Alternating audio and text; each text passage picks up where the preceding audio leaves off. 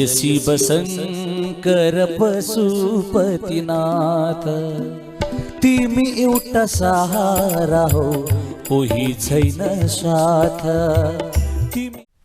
जय धरणी जय बराह सबैमा सुप्रभातम। बरादर्शन युट्युब च्यानलमा यहाँलाई धेरै धेरै स्वागत छ। स्वस्थानी माताको दिव्य स्तुति गर्दै अनि कथालाई प्रारम्भ गर्नेछौँ। सबैले फुल लिएर हात जोड्नुहोला। ओम यं ब्रह्मा वरुणेन्द्र रुद्रमरुतस्तुन्वन्ति दिव्यैस्तवै वेदै साङ्गपदक्रमोपनिषदिर्गायन्ति यं सामगा ध्यानावस्थिततद्गतेन मनसा पश्यन्ति यं योगिनो यस्यान्तं न विदुःसुरासुरगणा देवाय तस्मै नमः। श्रीमच्चन्दनचर्चितोज्ज्वलवपुः शुक्लाम्बरमल्लिका मालालङ्कृतकुण्डला प्रविलसन्मुक्तावलीशोभिता सर्वज्ञाननिदानपुस्तकधरा रुद्राक्षमालाकरा वाग्देवी वदनाम्बुजे वसतु मे त्रैलोक्यमाता चिरम्। मुखं करोति वाचालं पङ्गुं लङ्घयते गिरिं यत्कृपातमहं वन्दे परमानन्दमाधवम्। नमो भगवते तस्मै व्यासाय मिततेजसे यस्य प्रसादाद् वक्ष्यामि नारायणकथामिमाम्। नारायणं नमस्कृत्य नरं चैव नरोत्तमं देवीं सरस्वतीं व्यासां ततो जयमुदीरये। साष्टाङ्गं नमनं कृत्वा स्वस्थानीं परमेश्वरीं कथां सुदोपमां देव्या श्रुत्वाभीष्टफलं लभेत्। ओम श्री स्वस्थानी परमेश्वरी दिव्यै नमो नमः। अहिले पुष्पाञ्जली चढाएर सबैले ढोगिदिनु होला, प्रणाम गरिदिनु होला साष्टाङ्ग। अब हामी कथा श्रवण गर्नेछौँ। सबैले एकचित्त भएर एक भक्त भएर बाटोमा हिँड्दै हुनुहुन्छ भने पनि मोबाइललाई अन गरेर यहाँले सुन्दै सुन्दै यात्रा गर्न सक्नुहुनेछ। सबैको मङ्गलको कामना गर्दै यहाँले श्रवण गर्नुहोला। किचनमा काम गर्दै हुनुहुन्छ, भान्सा कोठामा भात पकाउँदै हुनुहुन्छ, धन्दा गर्दै हुनुहुन्छ, जे गर्दै हुनुहुन्छ, तथापि त्यही ठाउँमा बसेर पनि यहाँले बडा प्रेम र आनन्दले यो स्वस्थानी माताको दिव्य कथालाई श्रवण गर्नुहोला। यहाँको इच्छा आकाङ्क्षा मनोभावना सबै माताले पूर्ण गर्नुहुनेछ। यो बरादर्शन युट्युब च्यानललाई यदि सब्सक्राइब गर्नुभएको छैन सब्सक्राइब गर्नुहोला। या छेउमा भएको बेल आइकनलाई पनि दबाउन नभुल्नुहोला र बरादर्शन फेसबुक पेजलाई पनि यहाँले फलो गर्नुहोला। यहाँसँग अनुरोध। द्वाविंशोऽध्याय नागलोक वर्णन। कुमारजी आज्ञा गर्नुहुन्छ, हे अगस्त्य मुनि, तपाईँलाई मैले यहाँसम्म स्वर्गलोक, शिवलोक, विष्णुलोक, ब्रह्मलोकका पुण्य कथा श्रवण गराएँ। अब नागलोक पट्टिका कथा सुन्नुहोस्। कोही एक समयमा पार्वतीको आज्ञा अनुसार अश्वत्थामा ऋषिलाई सप्त पातालहरू मध्येको रसातल नाम गरेका लोकमा पठाइएको थियो। यो कथा मैले तपाईँलाई 16औं अध्यायमा पनि सुनाएको थिएँ। यी अश्वत्थामा ऋषिले पार्वतीको आज्ञा पाएपछि जाँदा जाँदै रसातल लोकमा पुग्नुभयो। उहाँले त्यो ठाउँ कस्तो देख्नुभयो भने जहाँ सूर्यको जस्तो ज्वाज्वल्यमान तेज भएको अनेकौं रत्न जडित महलहरू निर्माण भएको र सुवर्ण नै सुवर्णले बनिएका बाटा चौबाटा गल्ली र सडकहरू भएको सहर अति रमाइला भवनहरू बनिएका थिए। त्यो लोकमा धेरै सम्पत्तिले भरिएको शेषनाग, तक्षक नाग, कर्कोटक नाग, पद्मनाग, शङ्खपाल नाग, कुलिक नाग, वरुण नागहरूले बास गरिएको। नागिनहरूले पनि हिरा, मोती, मणि, माणिक आदि जडिएका आभूषण लगाएका, रङ्ग बिरङ्गी उत्तम उत्तम वस्त्र पहिरिएर ऊभन्दा ऊ राम्री भएर रहेका थिए। अत्यन्त सुन्दर महल, उद्यान, सरोवर र नाग नागिनी भएका सुन्दरपुरीमा श्री अश्वत्थामा पुगे शेषनागका दरबारमा जानुभयो। अतिथि आएको देखि शेषनागले स्वागत गरी उच्च आसनमा राखी सम्मानपूर्वक पाद्य अर्घ आचमन गरी नैवेद्य र भेटी चढाउनु भयो। त्यसपछि शेषनागले यहाँसम्म पाउ कष्ट गरी आएर आफ्नो गाउँ घर टोल पवित्र पारिदिएकोमा आफ्नो अहोभाग्य ठान्दै गुरुदेवका आगमनको कारण सोध्नुभयो। श्री अश्वत्थामाले भन्नुभयो, हे नागराज, अहिले म सिधा कैलाशबाट आउँदैछु। भगवती माता पार्वतीको आज्ञा लिएर म यहाँ आएको छु। यहाँ जो दुखी छन्, दरिद्री छन्, रोगी छन्, जो सन्तानले रहित छन्, जसका स्त्री छैनन्, जसका पुरुष छैनन्, जो शारीरिक र मानसिक रोगका कारण अशान्त छन्, ती सबैलाई श्री स्वस्थानी परमेश्वरको व्रत गराई उद्धार गर्नु भन्ने माता पार्वतीको आज्ञा छ। यहाँ त्यस्ता कोही छन् भने मलाई बताउनुहोस्। ऋषिका यस्ता कुरा सुने माता पार्वतीलाई मनबाट दण्डवत गरी हर्षले गदगद हुँदै शेषनाग बोल्नुभयो, हे अश्वत्थामा ऋषि, माता पार्वती धन्य हुनुहुन्छ। आफ्ना सन्तानको कल्याणका खातिर हजुरलाई पठाउनु भएको रहेछ। यति भनी त्यहाँबाट निकै टाढा रहेको एउटा ठुलो वनतिर औल्याउँदै शेषनागले फेरि भन्नुभयो, हे गुरु, ऊ त्यो पर देखिने ठुलो वनको नजिकमा शङ्खचूड नाग, कृपादत्त नाग, धार्तराष्ट्र नाग र अरू कति नागका स्त्रीहरू साह्रै दुःख पाएर बसेका छन्। त्यहाँ गएर तिनको उद्धार गराइदिनुहोस्। यहाँ मेरा छेउछाउमा भन्दा त्यो ठाउँमा धेर दुखी भएका हुँदा पहिले तिनको दुःख टार्न पाए हुने थियो भन्ने आशयले टाढा देखाएको हुँ। गुरु, क्षमा पाऊ। त्यहाँको उपकार पश्चात यहाँका दुखी दरिद्रको उद्धार गर्नुला। यहाँ मेरा वरिपरि भएका लुला, लङ्गडा, लाटा, काना, खोरन्डो रोगीहरूलाई म समेट्दै गर्नेछु। अरू हुने खाने घर शून्य हुनेहरू, हृदय शून्य हुनेहरूलाई समेत म खबर गर्नेछु। शेषनागका कुरा सुनिसकेपछि अश्वत्थामा ऋषि पनि दुःख पाएका नागिनीहरूको बास पहिल्याउँदै त्यता लाग्नुभयो। शङ्खचूड नाग स्त्री हिरावती, रत्नचूड नागकी स्त्री रत्नावली, कृपादत्त नागकी स्त्री मृगावती र अन्य धेरै नागिनीहरू पनि पत्नीमा ठुलो प्रेम प्रीति गरी बसेका थिए। तर दिनकाल र दैव दशाले गर्दा ती नागिनीहरूलाई धेरै दुःखका दिन पनि आइलागे। कोही दिन ठुलो सुख ऐश्वर्यमा रहेर आज ठुलो दुःख र कष्टका दिन देख्नु परेकोले घरमा अडिन नसकेर शङ्खचूड, कृपादत्त, धार्तराष्ट्र नागहरू घरको दुःख टार्न र आफ्ना स्त्रीहरूलाई सुख दिलाउन सकिन्थ्यो कि भन्ने मन गरी धन आर्जन गरेर ल्याउँ भने सरसल्लाह गरेर परदेश गएका थिए। यसरी घर छोडी गएका पतिहरू कहिले धन लिएर आउलान् भने नागिनीहरू दुःखका दिन बिताई आफ्ना आफ्ना घर रुँगेर बसेका थिए। धेरै दिन काल बितिसक्दा पनि पतिहरू आइ नपुगेकाले ती नागिनीहरू अब कसो गरौँ, कता जाउँ, पतिहरूको खबरलाई कसरी बुझौँ भनी मानसिक चिन्ताले दुखी भएर मतो गरी घर छोडी वनमा आइबसेका थिए। वनमा आइबसेका पनि 12 वर्ष बितेर गए। एकातिर पतिहरू आइ नपुगेका र अर्कातिर झन दुःख पाउँदै गएकाले हाड र छाला मात्र भएका नागिनीहरू साह्रै विवल भएका थिए। यता शेषनागले देखाएका वनमा जाने बाटो दिल्ली दुःखका सागरमा डुबेका नागिनीहरूलाई खोज्दै बोलाउँदै अश्वत्थामा ऋषि बल्ल बल्ल त्यहाँ पुग्नुभयो। टाढैबाट कोही बोलाउँदै आएको सुनेर नागिनीहरू आफ्ना गुफाबाट बाहिर निस्के। हेर्दा जटाजुटले शोभायमान भएका, श्रीखण्ड चन्दनले ललाटको शोभा पाएका, अग्ला गोरा धोती मेखला र मोटो जनै लगाएका, ठुलो टुप्पी र शिखा भएका, पाखुरामा कुशको पवित्र धारण गरेका, ब्रह्म तेजले धपधप बल्ने कुनै महान ऋषि आएको देखि ती नागिनीहरूले वस्त्रले ढाकेको शिर झुकायो। प्रणाम गरेर सोधे, हे महात्मा, आज हाम्रो कुन जन्मको पुण्य उदय भएर हामी दुखिनीहरूका गुफामा यस्ता विकट वनमा आई पाइलो पारिदी, कताबाट के कामले कष्ट गर्नुभयो? यो सुनि आशीर्वाद दिँदै अश्वत्थामा ऋषिले भन्नुभयो, हे नागपत्नी नागिनीहरू, म अश्वत्थामा नाम गरेको एक ऋषि हुँ।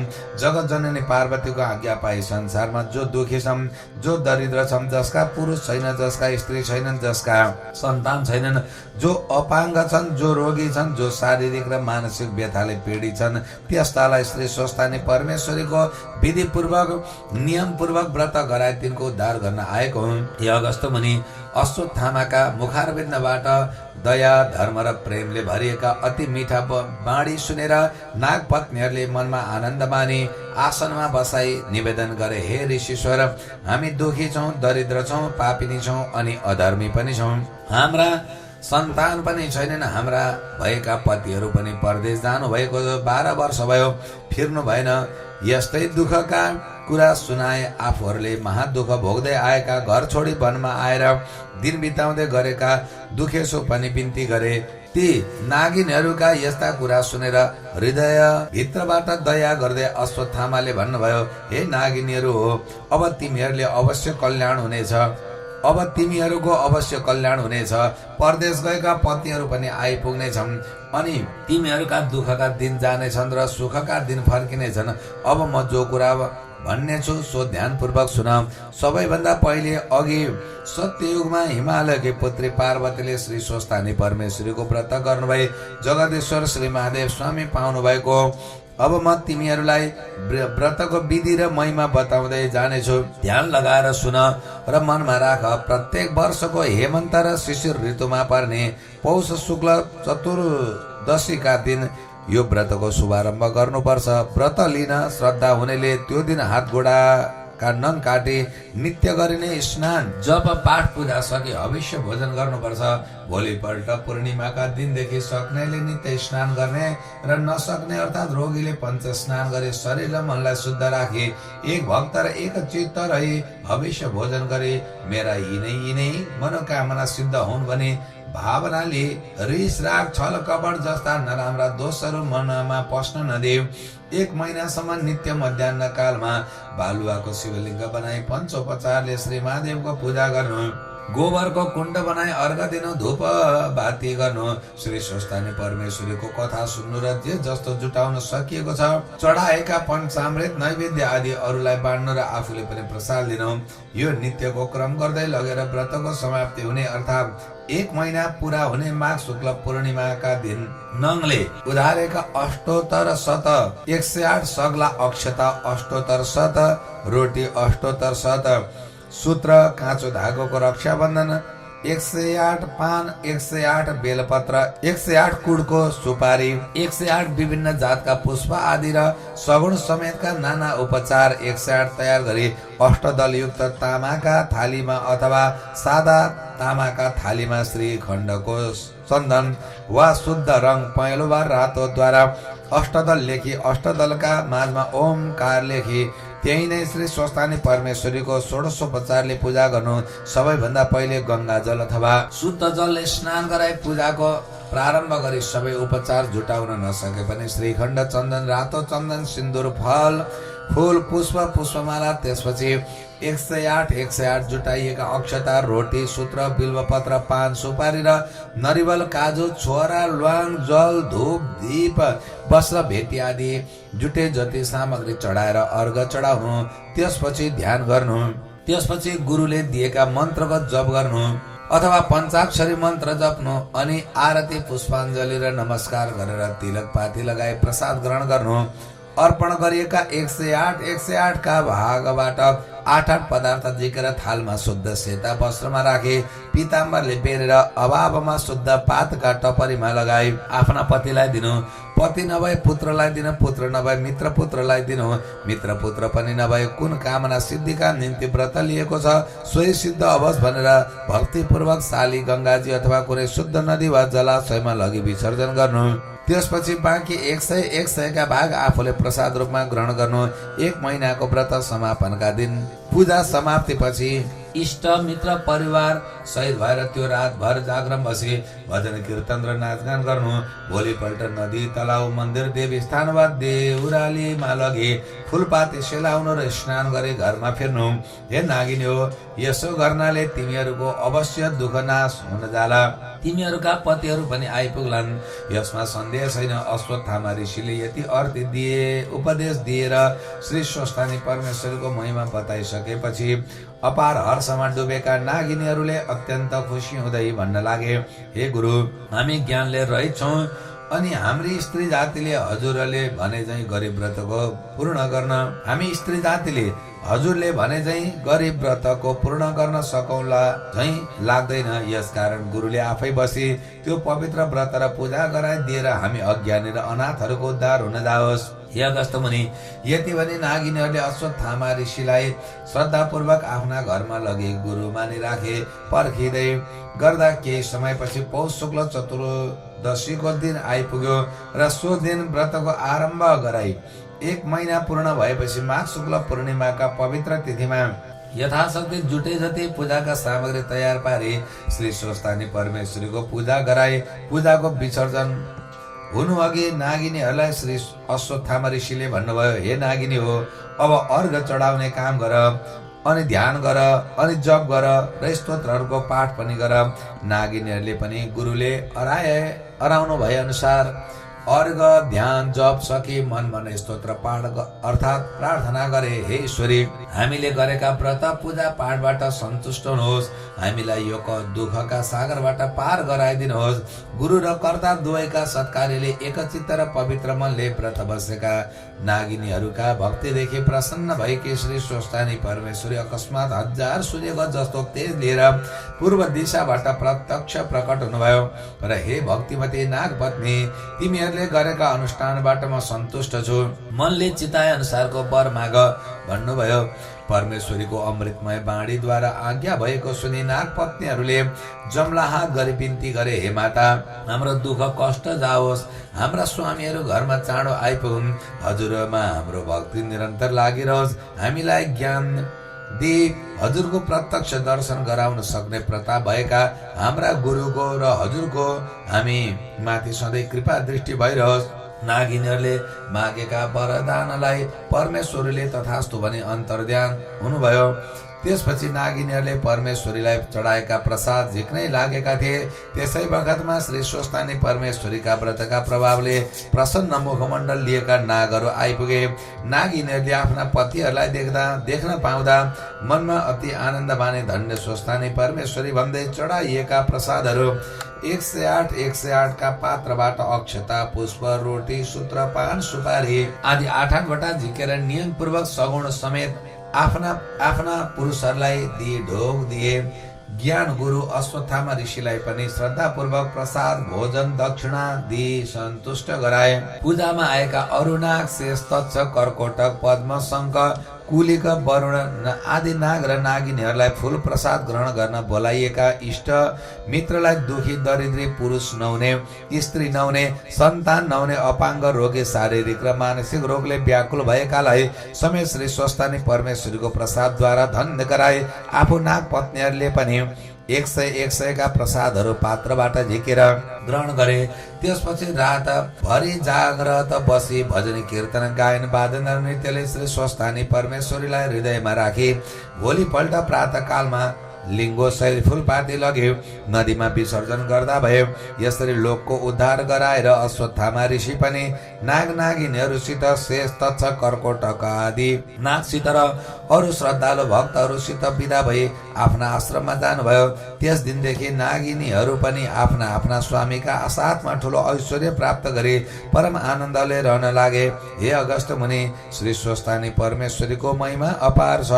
जय श्री स्कन्द पुराणे केदारखण्डे माघ महात्म्य कुमार अगस्त संवादे श्री स्वस्थानी परमेश्वरी व्रत कथायां रसातल नागलोक वर्णनम नाम 22अध्याय। यो अन्तिमको पुष्पाञ्जली फुल छ भने फुल लिएर हात जोड्नु होला, फुल छैन भने मनैलाई भावना रूपी फुल बनाएर सबैले हात जोडेर श्रवण गर्नु होला। ओम उपनयतु मङ्गलं वा सकल जगन्मङ्गलाय, ओम उपनयतु मङ्गलं वा सकल जगन्मङ्गलाय। श्रीमान् दिनकराकिरणनिबोधितः नवनलिनदलनिवेक्षण श्रीकृष्णः। काले वर्षतु पर्जन्या पृथिवी सस्यशालिनी, देशोऽयं क्षोभरहितो ब्रह्मणा सन्तु निर्भया। अपुत्रा पुत्रिणा सन्तु, पुत्रिणा सन्तु पौत्रिणम्, निर्धना साधना सन्तु, जीवन्तु शरदां शतम्। अपुत्रा पुत्रिणा सन्तु, पुत्रिणा सन्तु पौत्रिणा, निर्धना साधना सन्तु, जीवन्तु शरदां शतम्। तत्रैव गंगा यमुना च तत्र गोदावरी सिंधु सरस्वती च तीर्थानि सर्वाणि वसन्ति तत्र यत्राच्युतोद्धारकथा प्रसंगा या कुन्दिन्तु तुषारहारधवला या शुभ्रवस्त्रावृता या वीणावरदण्डमण्डितकरा या श्वेतपद्मासना या ब्रह्माच्युतशङ्करप्रभृतिभिर्देवैः सदा वन्दिता सा मम पातु सरस्वती भगवती निःशेषजाड्यापः कायेन वाचा मनसेन्द्रियैर्वा बुद्ध्यात्मना वा प्रकृतिस्वभावात् करोमि अद्य सकलं परस्मै नारायणायेति समर्पयेतत् कायेन वाचा मनसेन्द्रियैर्वा बुद्ध्यात्मनो वा प्रकृतिस्वभावात् करोमि अद्य सकलं परस्मै नारायणायेति समर्पयेतत् अनन्यचेतसा भक्ता सुतं यच्च कथामृतं समर्पयामि तत्सर्वं स्वस्तानि परमेश्वरीम् ॐ श्री स्वस्तानि परमेश्वर्यै नमो नमः। सबैले पुष्पाञ्जलीलाई चढाइदिएर सबैले नमन गर्नुहोला, पुस्तकलाई साष्टाङ्ग दण्डवत गर्नुहोला। यहाँहरूको आजको दिन शुभमय बनोस्, मङ्गलमय बनोस्, कल्याणमय बनोस्। माताको सबैमा दिव्य कृपा बनिरहोस्। जय धरणी, जय बराज, जय स्वस्तानी माता।